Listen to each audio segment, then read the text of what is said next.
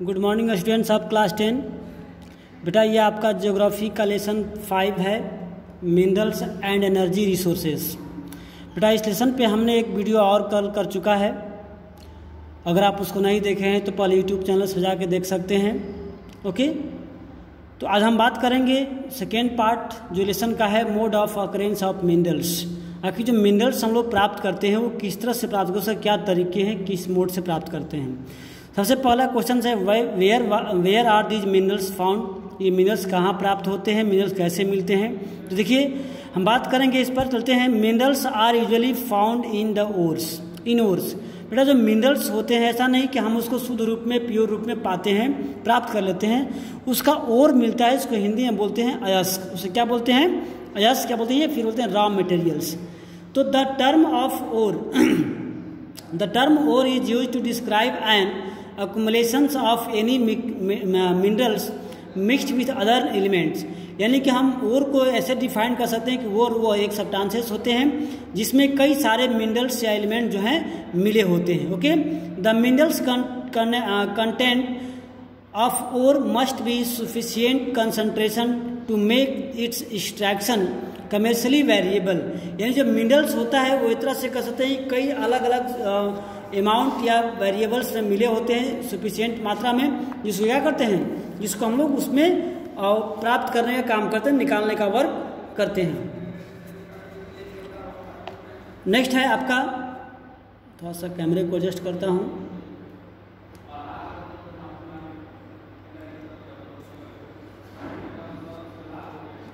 हाँ देखिए, तो ये नेक्स्ट है कमर्शियल वैल्यूएबल।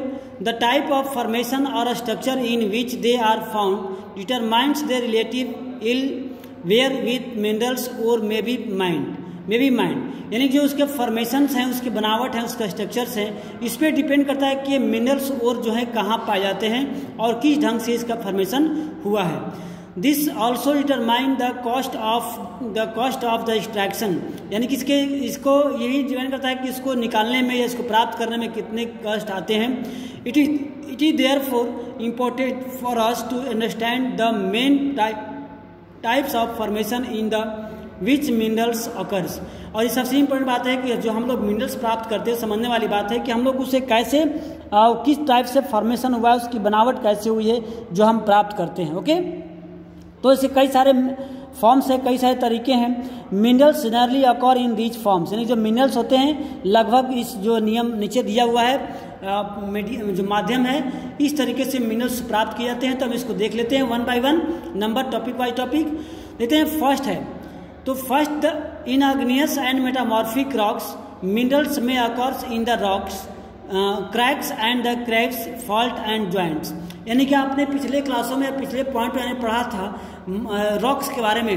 तो there are 3 types of rock, igneous rock, metamorphic rock and the sedimentary rock. बेटा जो igneous rock and metamorphic rocks होते हैं, उसके जो मटेरियल्स होते हैं, जो मिनरल्स होते हैं जो उस रॉक में पाए जाते हैं, उन्हें निकालने का मात्र एक तरीका है क्रैक्स या cracks, fault and joints.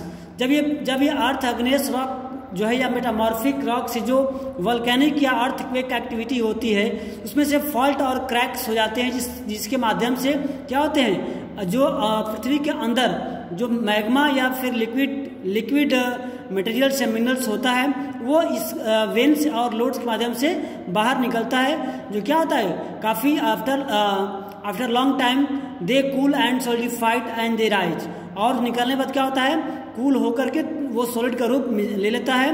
The metallic minerals like tin, copper, zinc and lead etc are obtained from veins and lode. और इस प्रकार जो जितने मेटालिक मिनरल्स है, जैसे आपका टीन हो गया, कॉपर हो गया, जिंक, लेड, जो है इसी प्रोसेस के द्वारा यानी कि वेन्स और लोड से प्राप्त होते हैं। ओके, देखते हैं सेकेंड पॉइंट जो आपका सेडिमेंट्री रॉक्स होता है। सेडिमेंट्री रॉक्स क्या होता है कि ये सेडिमेंट्री रॉक आपको मेटामॉर्फिक और आग्नेयस रॉक के बीच का एक पार्ट्स होता है, जिसको सेडिमेंट्री रॉक बोलते हैं। इस पे क्या होता है कि number of minerals occurs in beds and layers. इसमें का जो मिनरल्स होते हैं बेड्स यानी तलहटी में बैठ जाते हैं और लेयर पर लेयर जो है सिल्ट हो जाते हैं। They have been formed as a result of deposition and accumulations and concentration in horizontal strata. इसमें क्या होता है कि अलग अलग कई प्रकार के जो मटेरियल्स आते हैं वो डिकम्पोजिट हो जाते हैं और एक के बाद एक हॉरिजॉन्टल लेयर के रूप में ये आपको मिलते चले जाते हैं। The coal and some forms of iron have been concentrated as a result of long periods under a great heat and pressure. और इसी के अकॉर्डिंग जो कोल्स वगैरह होता है या फिर आयरन ओर जो होता है वो काफ़ी लंबे समय से काफ़ी अधिक हीट और प्रेशर में होने की वजह से जो ये फॉर्म होते हैं। Another group of sedimentary minerals including gypsum, potash salt and sodium salt, यानी जो अदर ग्रुप्स ऑफ ये आपको सेडिमेंट्री रॉक्स के होते हैं वो आपको है gypsum, potash and sodium salt के रूप में पाए जाते हैं। ओके, नेक्स्ट है these are formed as a result of evaporation specially in arid region. और ये तब फॉर्म होता है जब स्पेशली एरिड रीजन होता है, जहाँ शुष्क एरिया होता है, that means in the area of desert. Okay, जो नेक्स्ट पॉइंट थर्ड है वह है another mode of the formation involve the decomposition of surface rocks and the removal of soluble constituent living residual mass of the weathered material containing ore bauxite is form this way. यानी कि एक दूसरा तरीका होता है कि जो rocks होते हैं या जो रॉक्स होता है उसमें जो है जो डिकम्पोजिशन होते रहते हैं वो जगह वो इकट्ठे हो जाते हैं जिसमें से बॉक्साइट वगैरह जो प्राप्त होते हैं। ओके, इस टाइप के जो ये आपके ओर से। नेक्स्ट नंबर जो 4 टाइप्स का है, जो चौथे नंबर का है वो है आपको certain minerals may occur as alluvial deposit in sand of alluvial floor at the base of the hills. These deposits are called placer deposit and they generally contain minerals which are not accorded by water. Gold, silver, tin and platinum are most important among such minerals. देखिए 4 type का minerals है जो deposit होते हैं। Suppose that जो आपके mountains reason में जो रिवर्स होते हैं उनके साथ कई सारे मटेरियल्स या मिनरल्स जो है आपको सिल्ट होते हैं एलुवियल सॉइल, एलुवियल डिपॉजिट के साथ, और यही डिपॉजिट काफ़ी लंबे समय तक वहाँ पर सिल्ट हो जाता है। तो ऐसे में आपको प्राप्त होता है gold, silver, tin and platinum के प्रकार की जो मिनरल्स होती है वो इस रूप से प्राप्त होती है। ओके, नेक्स्ट आपका है नंबर 5th और लास्ट जो है type of occurrence of the minerals, तो वो है आपका the ocean waters contain vast quantities of minerals. देखिए ओशियन वाटर में भी अधिक प्रकार के मिनरल्स मिलते हैं, but most of these are too widely diffused to the economic significance. However common salt, जो हम लोग नमक यूज करते हैं भोजन में, common salt, magnesium and the bromine are largely dried from the ocean waters. देख रहे हैं आप लोग, तो कॉमन साल्ट जो है मैग्नीशियम है या ब्रोमाइन है वो कहाँ से बनते हैं, तो ओशियन वाटर से पाए जाते हैं। The ocean beds too are rich in the manganese nodules. और जो ओशियन बेड्स, जो ओशियन की जो तलहटी है यानी जो लोअर जो लेयर है उसकी लैंड की, उसमें से क्या प्राप्त होता है, मैग्नीज नूडल्स जो है मिलते हैं। ओके, अब चलते हैं नेक्स्ट पॉइंट हम पढ़ते हैं। नेक्स्ट जो है आपका पॉइंट्स है कि हम लोग इसको कैसे प्राप्त कर सकते हैं। तो India is the fortunate to have very rich and varied mineral resource. बेटा हमारे कंट्री जो है वो आपको रिसोर्स के मामले में काफ़ी रिच है, काफ़ी अच्छा है, इनके इसमें अधिक प्रकार के जो है रिसोर्सेज जो हैं या फिर मिनरल्स जो हैं प्राप्त होते हैं। These however these are unevenly distributed, और ये अलग अलग कहीं बहुत ज़्यादा कहीं कम मात्रा में जो है हमारे कंट्री में प्राप्त होते हैं। Broadly speaking, peninsular rocks contain most of the reserves of coal, metallic minerals, mica and many others non metallic minerals. यानी जो इंडिया का पेनिनसुलर पार्ट्स है, जो पेनिनसुलर कॉन्टिनेंट्स है, वो काफ़ी मात्रा में जो है मिनरल्स के लिए वो धनी माना जाता है, जिसमें माइका, कोल, आपको अलग अलग नॉन मेटालिक मिनरल्स भी काफ़ी मात्रा में अवेलेबल है। Sedimentary rock on the western and eastern flank of the peninsula in Gujarat and Assam have most of the petroleum deposit. यानी गुजरात और आपको असम राज्य का जो एरिया है वहाँ पर पेट्रोलियम काफ़ी मात्रा में पाया जाता है। Rajasthan with the rock system of the peninsula has reserves of many non ferrous minerals. और जो पेनिनसुला पार्ट्स हमारे कंट्री का राजस्थान का है उसमें नॉन फेरस यानी कि अलौह धातुएं जो है काफ़ी मात्रा में पाई जाती हैं। The vast alluvial plains of North India are almost devoid of the economic materials या minerals. These variations exist largely because they of the difference in the geological structure process and time involve in the formation of minerals, यानी कि depend करता है जो formation, जो minerals की formation होती है उसके टाइम पर डिपेंड करता है कि जो मिनरल्स है किस टाइम में आपके फॉर्मेशन हुई हैं। नेक्स्ट पॉइंट है लेट अस नाउ स्टडी। अब हम लोग देखने का प्रयास करेंगे कि जो हमारे मिनरल्स हमारे कंट्री में पाए जाते हैं वो कहाँ पाए जाते हैं और कितने मात्रा में पाए जाते हैं। Always remember that the concentration of minerals in the ore, the age, extractions and closeness of the market play an important role in affecting the economic availability of reservoirs। यानी कि हमेशा ध्यान रखना चाहिए कि जो मिनरल्स या कंसंट्रेशन जो है वो डिपेंड करता है कि उसके नियर अबाउट मार्केट कितने क्लोज है या फिर जो उसकी एक्सपोर्ट है या इकोनॉमिक एबिलिटी है कितना अवेलेबल है। जितना उसकी डेवलपमेंट रहेंगे, जितना उसकी अवेलेबल जो उसकी कंज्यूप्शन रहेंगे उतना ही क्या होगा, अधिक मात्रा में अवेलेबल रहेगा। Thus to meet the demand, a choice has to be made between the number of possible options. When this is done, a minerals deposit and reserves turns in the mines। यानी कि mine क्या होता है, वो place जहाँ पर ये minerals deposit होते हैं, जहाँ मिनरल्स स्टोर रहते हैं उसे क्या कहते हैं, माइन कहते हैं, खदान कहते हैं, जहाँ से माइनिंग प्रोसेस के द्वारा क्या करते हैं, मिनरल्स को प्राप्त किया जाता है। ओके, नेक्स्ट देखते हैं आपको फेरस मिनरल्स के बारे में। जो फेरस मिनरल्स क्या होता है बेटा, फेरस मिनरल जिसमें आपको आयरन की मात्रा पाई जाती है जो मैग्नेट को अट्रैक्ट करता है, वैसे को बोलते हैं आपको फेरस मिनरल। देखते हैं ferrous minerals account for about 3/4 of total value of the production of the metallic minerals. यानी कि हमारे कंट्री में जितने मेटालिक मिनरल्स पाए जाते हैं, चाहे वो फेरस हो या नॉन फेरस हो, उसमें लगभग 3/4 यानी कि 3/4 भाग किसका पाया जाता है, फेरस मिनरल का। They provide a strong base for the development of मेटालॉजिकल industries. और जितने मेटालॉजिकली इंडस्ट्रीज होते हैं यानी कि धात्विक कल कारखाने होते हैं, उसमें सबसे अधिक उपयोग किसका होता है, फेरस मिनरल्स का।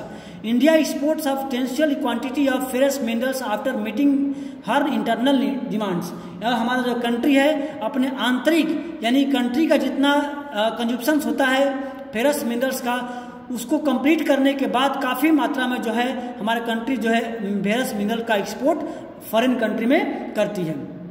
देखते हैं फेरस मिनरल कैसे प्राप्त होता है, उसका क्या सब्सटेंसेस हैं। चलते हैं, फर्स्ट पॉइंट आपका है आयरन ओर्स। देखिए आयरन ओर्स, जो आयरन हम प्राप्त करते हैं, जो आयरन है हमारे सबसे किसी भी इंडस्ट्रीज के लिए बैकबोन होती है, जो कि सबसे इम्पोर्टेंट बेस कवर करती है। तो आयरन ओर किससे होता है और कितने प्रकार के आयरन ओर होते हैं और ये किस स्टेट में किस माइन से प्राप्त होते हैं, हम इसको यहाँ पर डिस्क्राइब करने वाले हैं। Okay, iron ore is the basic minerals and the backbone of the industrial development.